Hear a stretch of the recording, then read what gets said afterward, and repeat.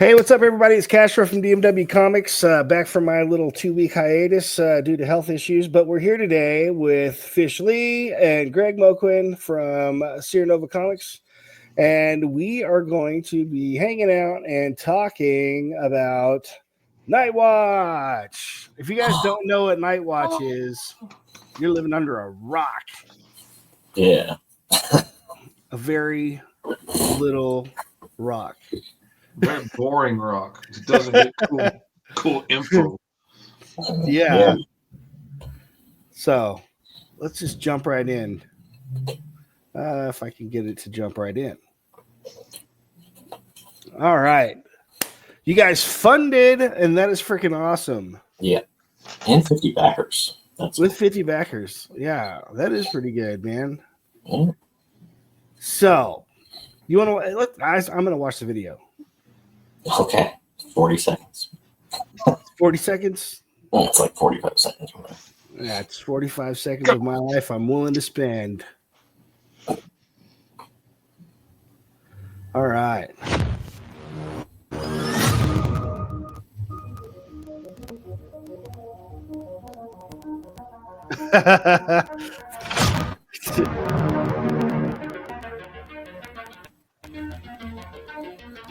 Adrian.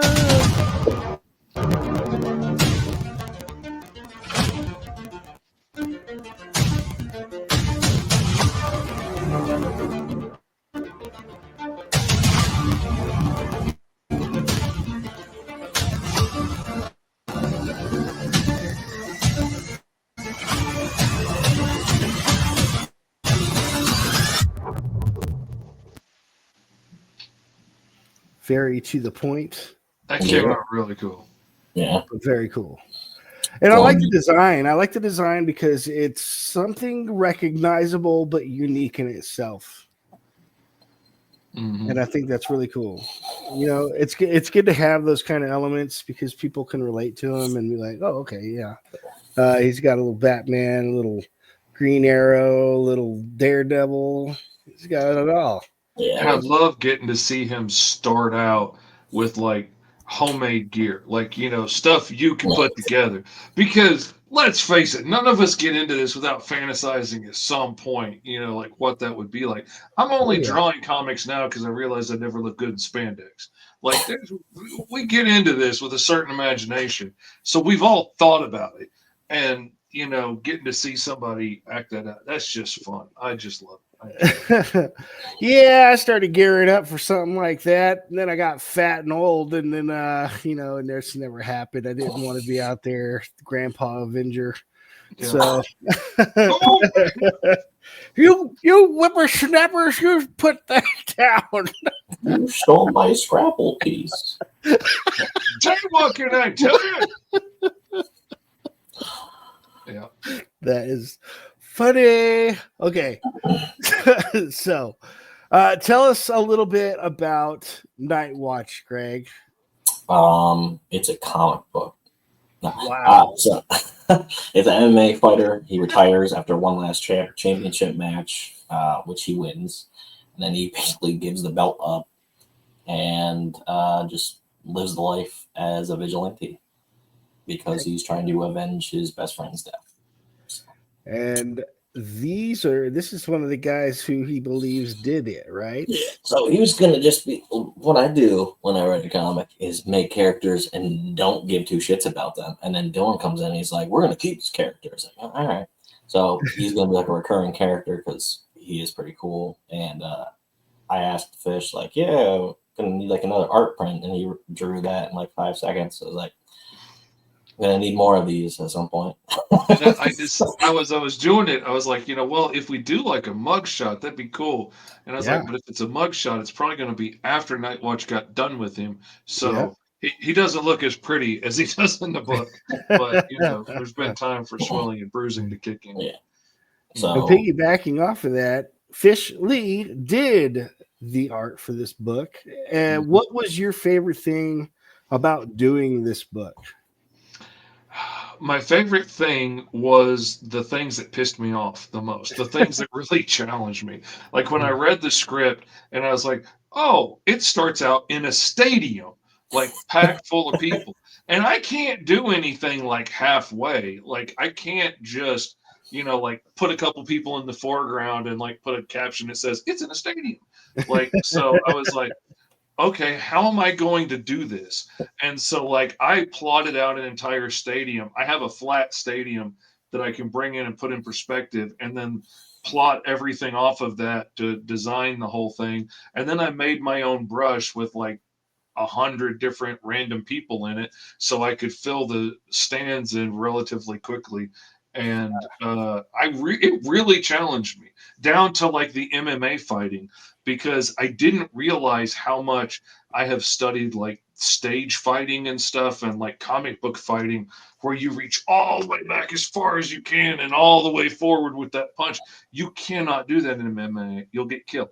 Yeah. And and the more I was watching it just to learn more for this book, the more I was like, these dudes are just like right up close, not doing much of anything until it's time to act. And even then, it's short moves and trying to figure out how to do that and make it look cool and action packed and exciting.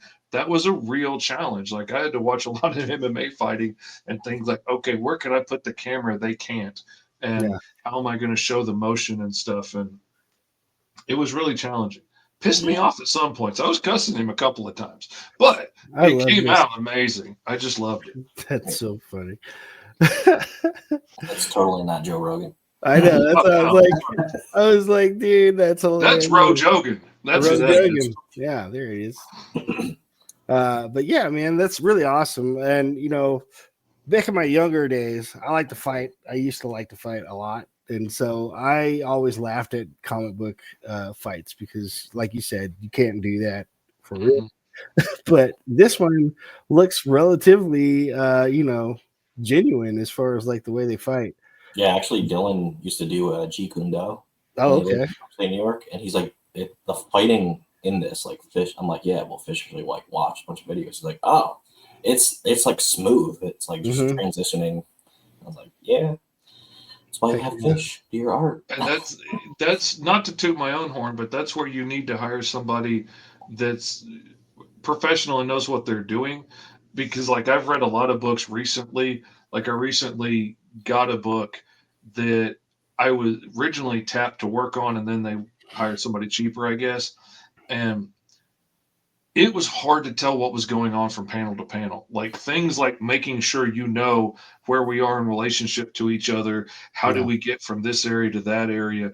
Those kind of things matter. How does it go from one movement into the next? And sometimes, like the fighting in this took me a lot longer to map out sometimes than it normally does because I couldn't use some of the fantastical cheats that we use, in comics. But it made for a really beautiful looking book. I'm really proud of it.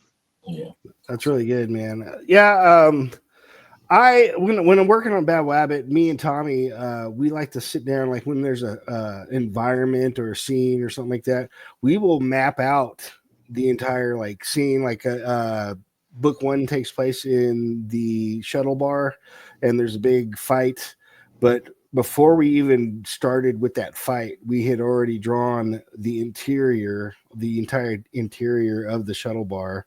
And so when things happen, like you said, you know where you are in relation to the environment and to the people. And I think that's really good for like you said, keeping the consistency from panel to panel. Because sometimes I read these books and they'll be doing something one way, they'll be doing something like this. And then the next panel, it's like, how did everything they get is flipped and the refrigerator's on the other side of the room? And exactly. And it's just like they're willy-nilly just throwing the stuff in there. Yeah.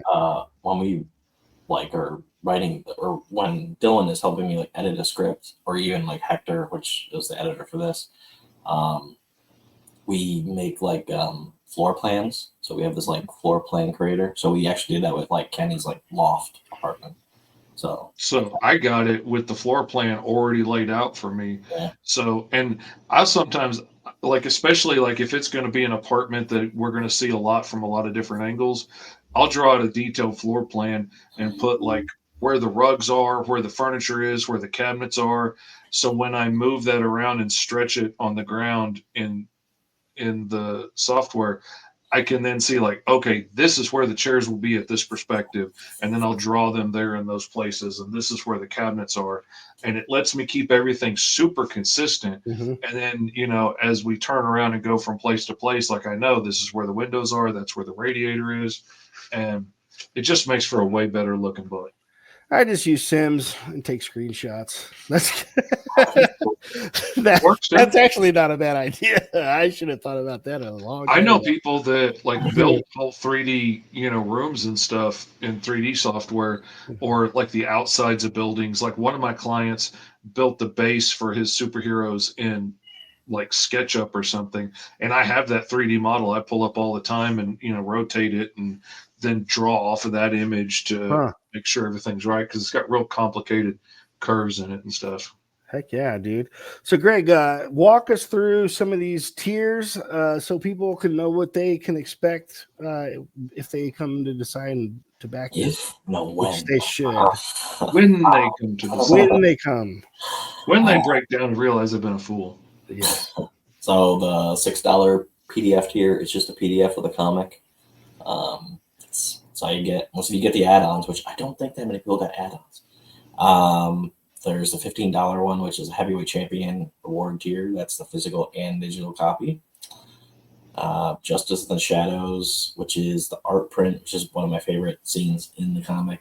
I like the whole book, but he's about to be power bombed by Anton. So you get both versions of the comic, the trading card of Knightwatch, and a button magnet that Fish made like that. So it's in the other room. I should have thought to bring it. Yeah. Oh, And Dylan's like, "Oh, I thought that was a pin yesterday." And I was like, "No, it's a magnet." He's like, "Oh, it looks like a pin." I'm like, "I can make it into a pin." It is. Yeah. I mean, it could be easily. Yeah. But yeah, I'm gonna put it in my fridge. The Fighters Haven VIP reward tier. You get the Fighters Haven logo for the keychain, not the magnet, championship belt, and the shirt, and then you get both versions of the comic. Now, for those who don't know, Fighters Haven is this universe's version of the Ultimate Fighter. So, yep. Just so you know. Yeah, we did a lot of world building with this. Like, I've never done so much world building while it's on Kickstarter, but this is like, because Dylan's like obsessed with like martial arts, so we made our own martial arts, like all of the martial arts you can think of. We did that, and I was like, "Oh, all right, you went a little deep." It's like we have our own Taekwondo and shit. That's awesome. The Vigilante's Oath reward tier. It was a whoopsie, and I did a lot of whoopsies for this one. In the description, it said acrylic standee, which is what Fish showed you earlier. That wasn't in there, and that's not even a thing of that tier, but we might do it in the next one. So then it included something else. Oh, a variant cover, which there's no variant cover because somebody. There's the button. There's the magnet. Because somebody messaged me and was like, "Oh, where's the variant?" I was like, "Oh, no, I'm stupid. Also poor, so now there's no variant cover." Oh, He's like, "Oh, well, that's good. That's simple." And I was like, "Yeah." So, then that dude backed. But so Dylan made the Knightwatch logo shirt, and then I had Fish actually update the graphic. So you get the Knightwatch shirt, the commentary and narration. So it's two separate things. Oh, cool. And both versions of the comic, because like it looked a little like slim and nobody was getting it. I think that's why. Then there's the $100 tier, which you get like everything, and you get something drawn by Fish. Oh, cool. Yeah, and my mom actually picked that tier. So. Man, if only my income tax return had come in already. Yeah. How many more days do you guys have on this? Until May 2nd. Okay, well, hopefully it gets here by then. Yeah, hopefully. I would love to get. It's already come and gone. All that. Oh, is it a limited tier? Yeah, there's only 2 people that got. I think it was her and Chad. I can't say his last name, so it's my guess. He drew our scales cover. I couldn't even print. Well, shit. Well, I think there's a couple more available though. Yeah, there's like 3 or something more. Okay, well, we'll see. There's the Anton Pavlov art print. That mugshot is also an add-on, but it's just not in that graphic because it's up on the top of the page. And now you can get the Knightwatch t-shirt if you want it as an add-on. So, looking at the top right, the Fighters Haven sticker, have you guys considered doing a life-size actual Fighters Haven belt? I have so many ads on my Facebook feed for that. Yeah. So because I sent the link to him and just how social media works. Also, I watch like Raw highlights and shit.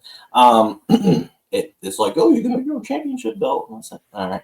So I looked that up, and it's pinned on my Google Chrome here. Yeah. So Trophy Smash, I think it's called. That's what it's called. But it's like Maybe it's $79. something to do with the trade, you know? Like, Yeah, that's definitely what. But like, I was like, how am I gonna ship that? So I'll have to figure that out when we get to it. It's got to be its own whole thing because it's expensive. Yeah, but it might be limited because.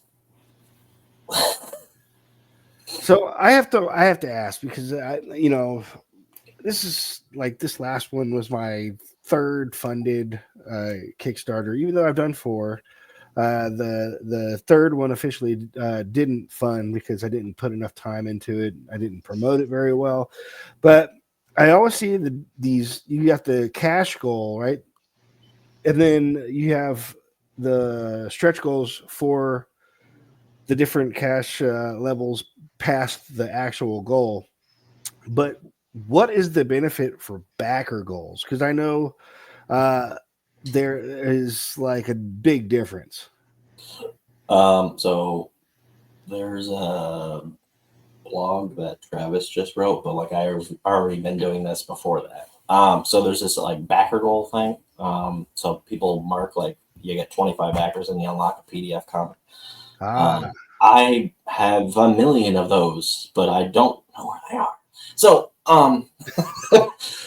they're scattered in my email. But I do ask every single time I'm about to do a Kickstarter, like, who wants to do it? And you should kind of do it in the same genre if you can. Just like, so ours is like superhero. I noticed a recognizable cover there. Yeah, we hit 150. When we hit 150, you will. Bad Rabbit #1 would be available, and Set the Hook would be at 100. So if we get another 50, that would be pretty cool. Well, see, I did the comic collection that I had. I did it as an actual stretch goal. Yep. But we didn't reach that stretch goal. But I am of the sort, I want to really promote I want to promote indie creators. I don't think the indie creators in general get enough representation in the comic book scene. I know they're out there. I know they do their thing to push their books. But say you were watching Jay and Silent Bob's Secret Stash live feed, right? They're the thing they do. They never mention indie comics like at all. And I think that's a big insult, to the guys out here like us who are putting everything they literally have into comics, the business, the merch, everything. I mean, like some of us are scraping the bottom of the barrel just to get our books out there. And I think that's very admirable. And I think that it's very awesome that people are that dedicated to it. And if nobody's that dedicated to it, I mean, you think about Marvel and DC and Dark Horse and all these companies. They have teams of guys, they have teams, and I mean big teams, 20, 30 guys. And we are just us, we are lucky if we have 3 or 4 people. And I think that we need to get more representation in the comic book scene, not just the indie scene, but the scene in general. And so even though we didn't reach the goal, I am going to be giving away that comic book collection anyways, just because I want people to see that, the people that come to me for Bad Wabbit, I want them to know there's other creators out there that are doing just as much awesome stuff, and they need to be seen, man. And so, oh man, some of my favorite books I got as free add-ons to somebody else's campaign that I was backing. Like, I don't think I ever would have heard of Big Tim Styles and Gorilla My Dreams if I hadn't have gotten it as a free thing that he shared with somebody's campaign. And now I freaking love it. I've backed everything dude's put out ever since. Like, I love everything this dude does. Yeah. And I wouldn't have found him if it wasn't for that. So I'm always about sharing. Yeah, we had our last podcast guest actually mentioned that. He's called Indie Hype Man, and he actually mentioned, he's like, yeah, like I somehow back somebody's Kickstarter, and I give ink or mittens away to like almost anybody. So ink was on somebody's Kickstarter, and he's like, yeah, that's how I found out about you guys through some other Kickstarter when we first were starting. And I'm like, oh, here's Ink 1. And then like he read that, he's like, oh, well, now I gotta check them out. So that's how he checked us out. That's the best way, man. And I think that's also really cool when people do that, give away their first issue. I mean, yeah, we put a lot into it, and we're hoping that it funds on Kickstarter and stuff. But you are going to get so many more people interested if they just get it. Like I work, where I work, and when I first got there, and people were like, I was telling people, yeah, I do comic books. And they were like, oh, okay, that's cool. But then I started bringing some comic books in, finished paperback comic books, and giving them to some of the people that I work with. And they're like, oh, you really do comic books? And I'm like, yes, here you go. And then, and some of them have helped back this last Kickstarter because of it. So it's like, introduce them to it. And, it's like a good drug dealer. Give them the first taste. Give them that first taste for free. Get them hooked. Make them come back for more. There's a new guy at my job that just started like 2 weeks ago, and he found out that I do comics, and he's like, "Oh, like you draw them?" I'm like, no, I hire people for that. That's what the slackers I pay her for. So he's like, back in his chair and rake in the money. He's like, "Oh, here's $10. Like, what's your like the comic that people know you by?" I'm like, "Well," and then like the other Mike guy, because the new guy's name is also Mike. That's not confusing at all. The other my guy, he's like, oh, mittens. And I was like, okay. Yeah. I'm like, I can give you mittens if you want. And he's like, oh, yeah, that. Or what's another one? I was like, I have like 9 titles. Pick one. Yeah. I'm trying to get more titles out there, but Mad Wabbit is my thing. And there's a lot of issues of it that I have planned. So it's kind of like I'm trying to focus on that. But at the same time, I'm working on other things behind the scenes. I've got my Midnight in Montana graphic novel that I'm trying to do. It's going to be because I'm in Montana. And, if you've ever been out at nighttime in Montana, it can get a little spooky. It looks really nice, but spooky at the same time. So I was thinking, it'd be really cool to have vampires and werewolves running around in the woods and the mountains here, and battling it out in the nighttime. So I have that working, and then I have one that I want to work with Greg here. It's going to be geared more toward children. Called Amulet of Dreams, about a little girl who wakes up in a dream world, doesn't know who she is, how she got there, or whatever, and ends up having to save Dream World. And it's going to be pretty neat. I've been doing some concept art for it so that we can kind of have an idea of what the environment looks like. Of course, I won't be drawing it because, I'm good at stick figures. I'm very good at stick figures. So... But yeah, so Fish, you have a new title that you're releasing soon. Yeah, I am releasing issue 2 of my Alice Lost in Wonderland series, which, not for nothing, like you were talking about branching out into doing other stories. I've been doing so many stories, and as I had just launched the second issue of Fish Tales, my anthology, which had the second little installment of this Alice story that I've been working on for 30 years. And I was talking with my buddy, and he was like, man, you're putting out so much stuff, and it's so many different directions, and so many people don't even know that you've got these other books out, or that your most recent book comes out because they come out so fast. He's like, you need to focus. Like, what's the one story you really wish you were working on?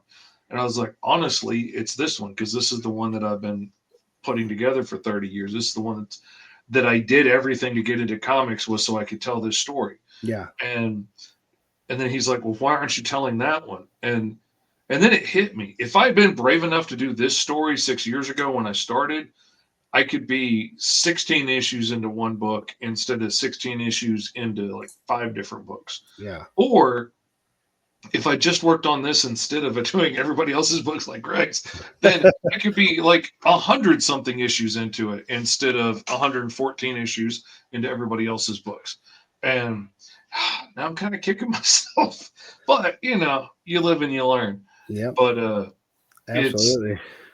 Alice is an amazing story. It is an actual physical comic book as well. It has the pictures and or the words on every single page. Look at that. It has all of the colors. It's following the story of Alice, the Alice that we know. She is lost in this interdimensional rift. Some people call it Neverland or Oz. She calls it Wonderland. And it's where all these alien worlds crash together. So all the weird beings from Neverland and from Wonderland and any public domain story you've ever heard of, they all come crashing together in this place as aliens and robots and ghosts and stuff. And Awesome. she is now the deadliest bounty hunter in this place.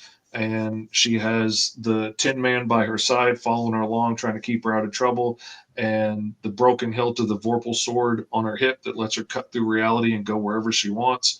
And she's out hunting the things that go bump in the night. And in the first issue, she gets magically bound by this contract to have to hunt down the white rabbit that brought her to Wonderland in the first place and was like an adopted dad to her and tried to raise her and taught her everything she knows to survive. She has to hunt him down and deliver his head to the Queen of Hearts, who has sworn to kill her and Big Ten on sight if she ever sees him again. So, Wow. how do you complete that task without dying? And we will find out in the following issues. It is exciting. It is funny. The script for issue 2 had me laughing out loud. But it's my story, and I love it dearly.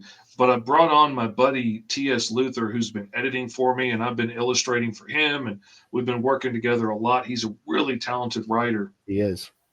And he was helping me polish some of the edges on this giant tapestry of time travel nonsense that I've been weaving together for 30 years.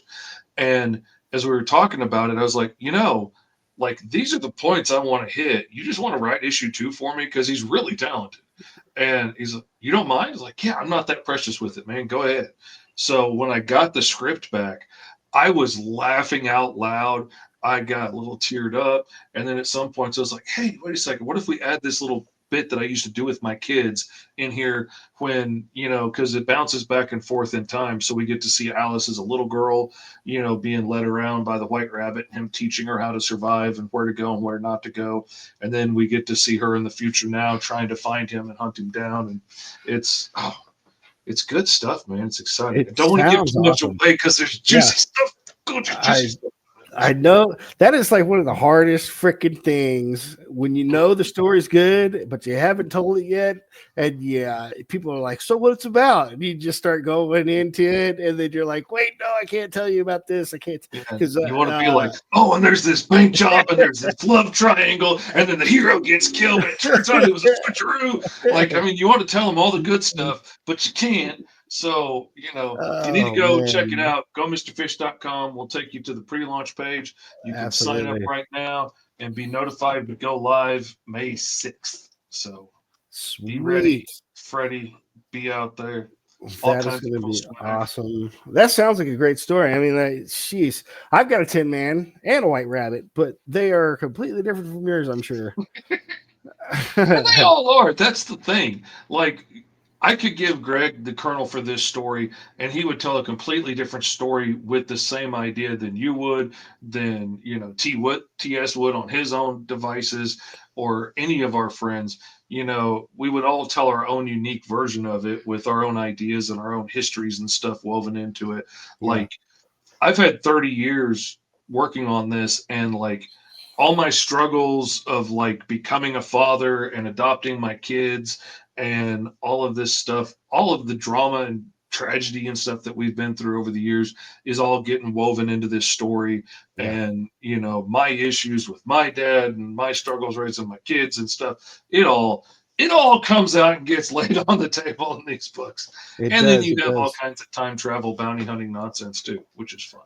See, that's how I came around with the Bad Wabbits, because he has a traumatic past, and me, I did not have the most comfortable upbringing. I grew up in the streets and was heavily involved in gangs and drugs and all kinds of that stuff. So a lot of that stuff I put into Bad Wabbit as far as his past.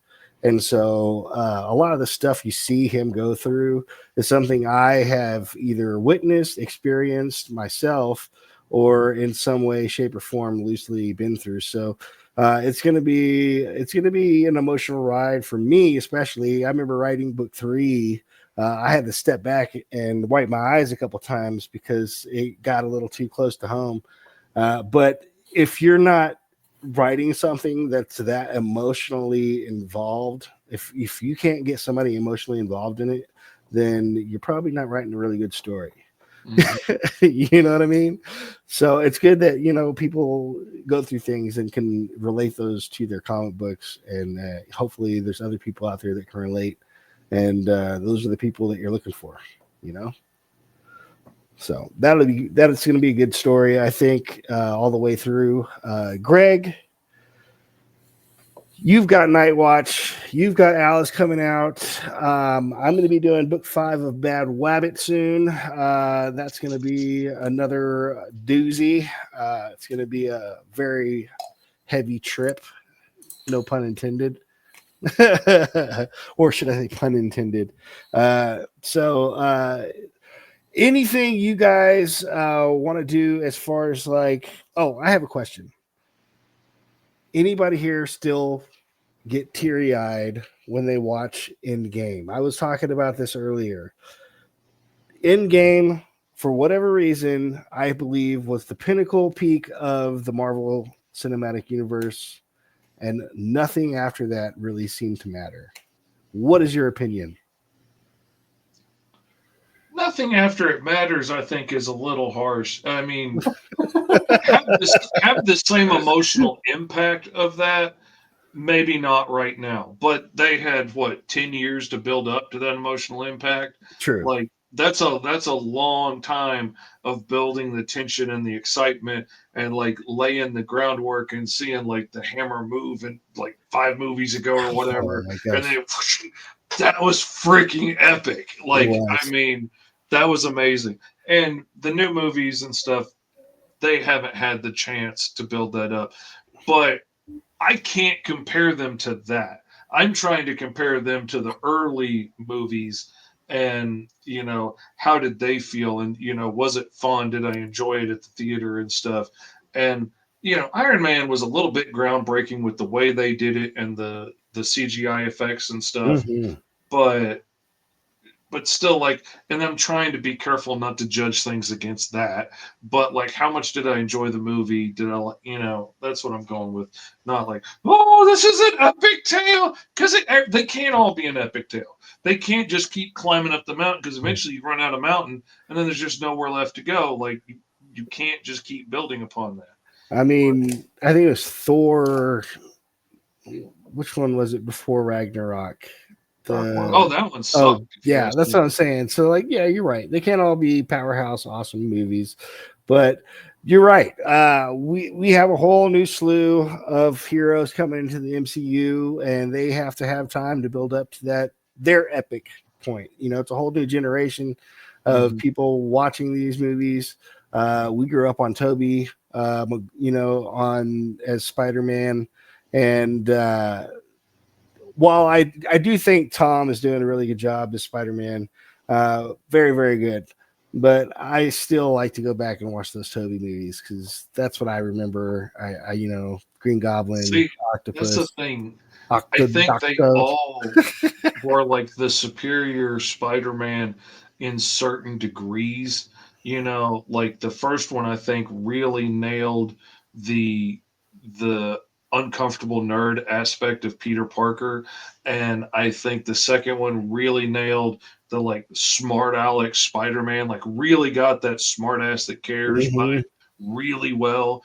And then the newest one just nails the overall vibe of like the joy of being a teenager and enjoying your getting to do this, and like really captured the teenager vibe of it. And Yeah. I love that. But again, he's growing up too. Like, and unless we really want to go into the older Spider-Man stories that nobody likes as much as the teenager Spider-Man stories, then They start getting really dark the older he gets. yeah. They're not much fun. I They're, always found it boring when he was like married to MJ and stuff, yeah. and worrying about paying the bills and getting home for dinner on time. That just seemed more boring than having to run home and hope Aunt May doesn't find out and be home in time for dinner and worry about paying the bills. For some reason, that was more exciting to me as a kid than it was seeing him all grown up and married.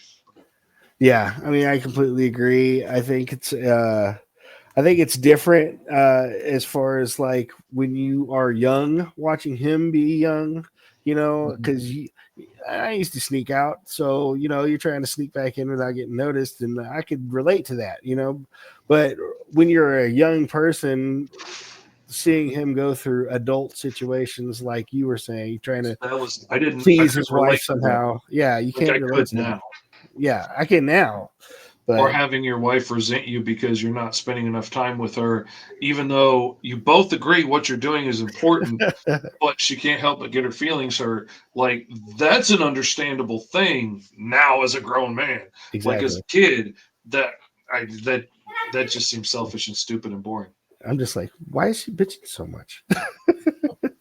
Now I know. Hey man, bitches. Whoa. Greg, do you have any input on the MCU universe? Uh, yeah, newer one. I haven't seen Brave New World, so I can't say anything about that. Um, I think I'm going to see the Thunderbolts like in a week or two, so that's cool. But Yeah, I'm interested I to haven't see. been as excited as I have been when like the before Endgame came out. I'm I was like, excited for really, Fantastic Four now. Now yeah, that I'm seeing more of it. and then because James Gunn is now doing DC stuff, I kind of am now excited more for that stuff. So, and Yeah. I was never excited about Superman, and then I saw the trailer and I was like, wow, I'm actually excited. See, it's the James Gunn part that bothers me because I was really excited when he went over to DC, and I was like, okay, they're going to put somebody at the helm, and this is going to be awesome. And then he said we're going to do Creature Commandos, which I was super excited about because I've loved Creature Commandos since I was just a wee little minnow, and I was so excited. And then we got Guardians of the Suicide Squad, and I was so freaking disappointed. And it's just really kind of feeling to me now like he only knows how to do one thing. And I'm really, really worried about Superman now. I was really excited for this stuff, and now I don't know. He's gonna have to prove himself to me now. Yeah. I mean, I don't know. Superman to me looked a little. I've seen better looking Superman on TV shows. So I'm just taking everything with a grain of sand or a grain of sand. Yeah, definitely grain of I'm sand. just taking it with a spoonful of mud. Helps the Yeah, medicine go. exactly. We'll just see how it goes. But I think Thunderbolts might actually turn out to be pretty good. I'm excited for Fantastic Four simply because of the way Ben Grimm looks. To know that they went that close to the actual comic book They really gives were me, hard on him. dude, it looks fantastic. The And retro futuristic look of everything, the spaceship designs and oh, stuff yes. being so wacky and like comic book like. I Yeah, just love it. me too. And I am excited to see it on the big screen because when it comes out, I guarantee I'm going to see it. It's going to be awesome. Yeah. Well, I think that we covered just about anything and everything we could cover. So let me throw this up there one more time for everybody at home. I'm going to do it again. Boop. Boop. Boop. Let me refresh it so you can see the cool graphic here. So for everybody that watches this, you've got about 5 days. They've already funded, but we need more. Please give us more. Yeah, get to like 5,000, so I don't have to use my paycheck. There you go. Help a brother out. So this is Knightwatch by Sierra Nova Comics, and it is an awesome superhero, a relatable superhero comic book. He's just an ordinary dude that likes to kick ass, and he decides to do his thing, man, and go and kick some mafioso booty cheeks. So, guys, Hey, go do check what it you out. love. Yeah, right. Might as well get it down. Do it. Mm-hmm. It was drawn by Fish Lee. It is by Sierra Nova, written by Greg, right? Yep. So yeah, I mean, it looks awesome. I already backed it. Hoping to be able to back it more. I'm waiting on my income tax returns. Hopefully they come in before this is over. But if they do, I will definitely be getting some more stuff because this looks awesome. And now that we know about Alice, I am also looking forward to that because, man, that sounds like everything I'm into. So, yeah. I was just on a podcast yesterday talking with DM Ray about his Madcaps book, and he's got these big blankets on there, and I'm like, oh man, that's so cool. And then I was just thinking about this giant map that I'm making of the multiverse that they use to get around. Oh, that'd make a good blanket. Maybe I'm gonna add that. Oh wow, yeah, that would be. Buy that. Yeah, it's gonna be really cool. And minis, so you can get those and play D&D with Alice or Big Ten. I think merch for me is one of the hardest things to incorporate because, like we've said multiple times, talking about it in the past, when we come up with the idea of something, we're like, man, that's really awesome, and I think everybody's gonna love it. And then you do it, and it kind of flops, but that's because nobody sees it the way you do.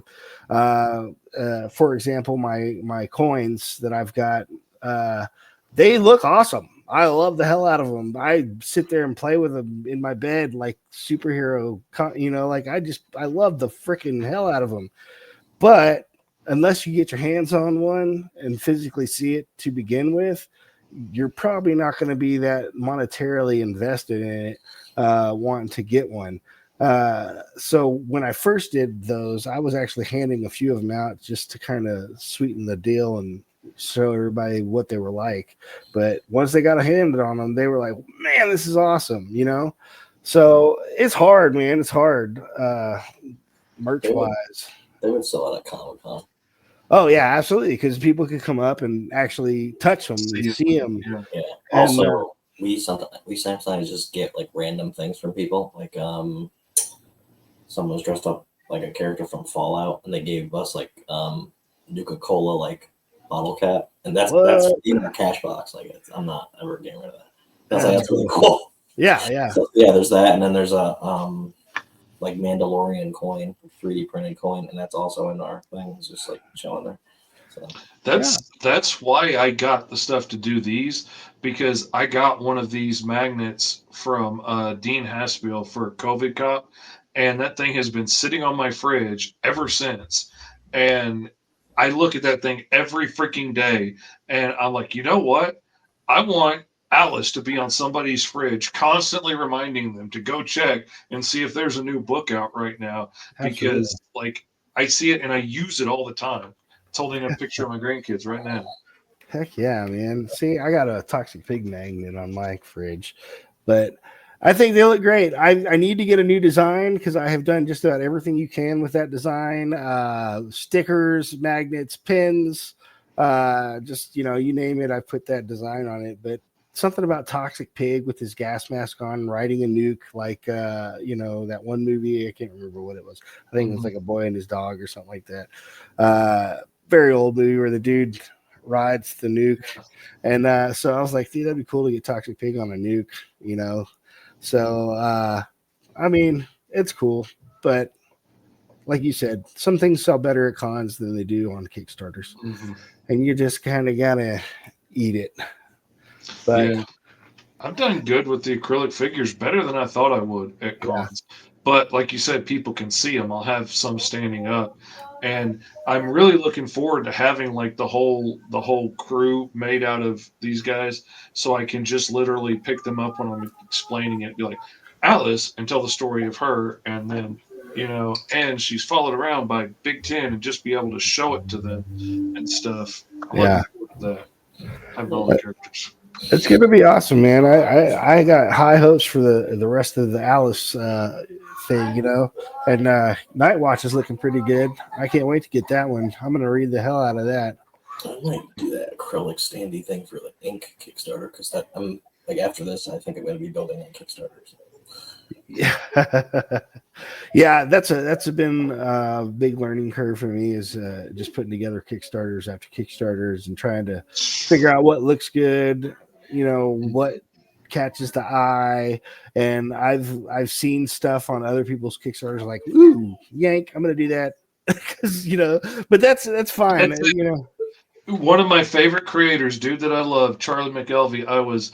I was talking with him one day, and I was just talking about how, like, I was setting up my new Kickstarter, and I was struggling with how I was going to lay it out. And he's like, well, why don't you just rip off Pat Shan's design? That's what I do. And Pat Shan sells buttloads of comics all the time. Now, I might not be doing a, not safe for work book like he does, but everything's laid out very neatly and cleanly. And so, like, I copied and pasted in a Word document. I was like, okay, what did he actually do here? And then figure out how he broke it up, with little introductions. And then he went into some pages and then just did that on my own thing. And it was brilliant. I don't know why I didn't think of doing that before. All right. Yeah, I'm going to do that.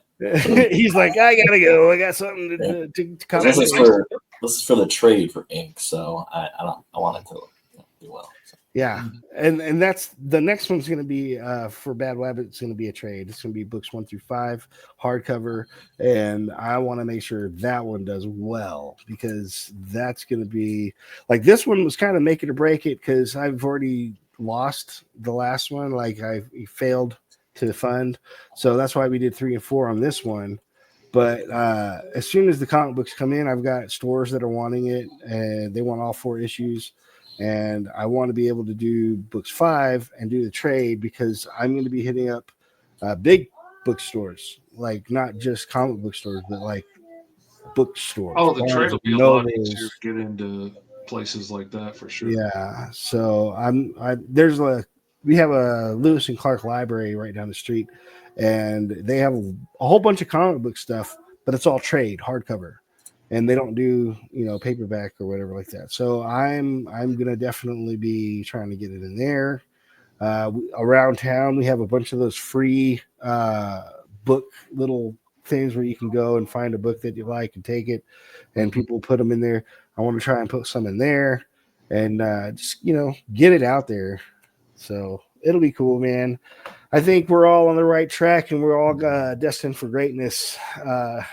So. I see it. I see it all around. But I just want to land in the high middle somewhere. I got to reach the stars. I just want to reach the stratosphere. That's all I'm doing. Just to touch it. I just want to touch space. I'll be good. Well, Greg, Fish, I appreciate you guys coming on, hanging out. As always, you guys are always welcome. My door's always open to you. I am sorry that for the last couple of weeks I've been on hiatus, but health shit. So damn you, health. Sure, you'd rather be in the hospital than talking comic books. Talk about putting yourself first. Should have done it from a hospital bed. I actually have done that before, so that'll be fun. Totally something I would do. But from everybody here, Castro's Comic Book Corner, appreciate everybody who watches. And please go back Knightwatch and keep an eye out for Alice. And go to gomrfish.com and you can sign up to pre-order, right? Mm-hmm. Okay. Well, it's the pre-launch page. Pre-launch. Okay. Sign up there and it'll notify you when it goes live May 6th. Awesome. I'm going to be doing that as soon as we get off of here. So for everybody, thank you. And you guys have a wonderful day. Good luck. God bless. And goodbye.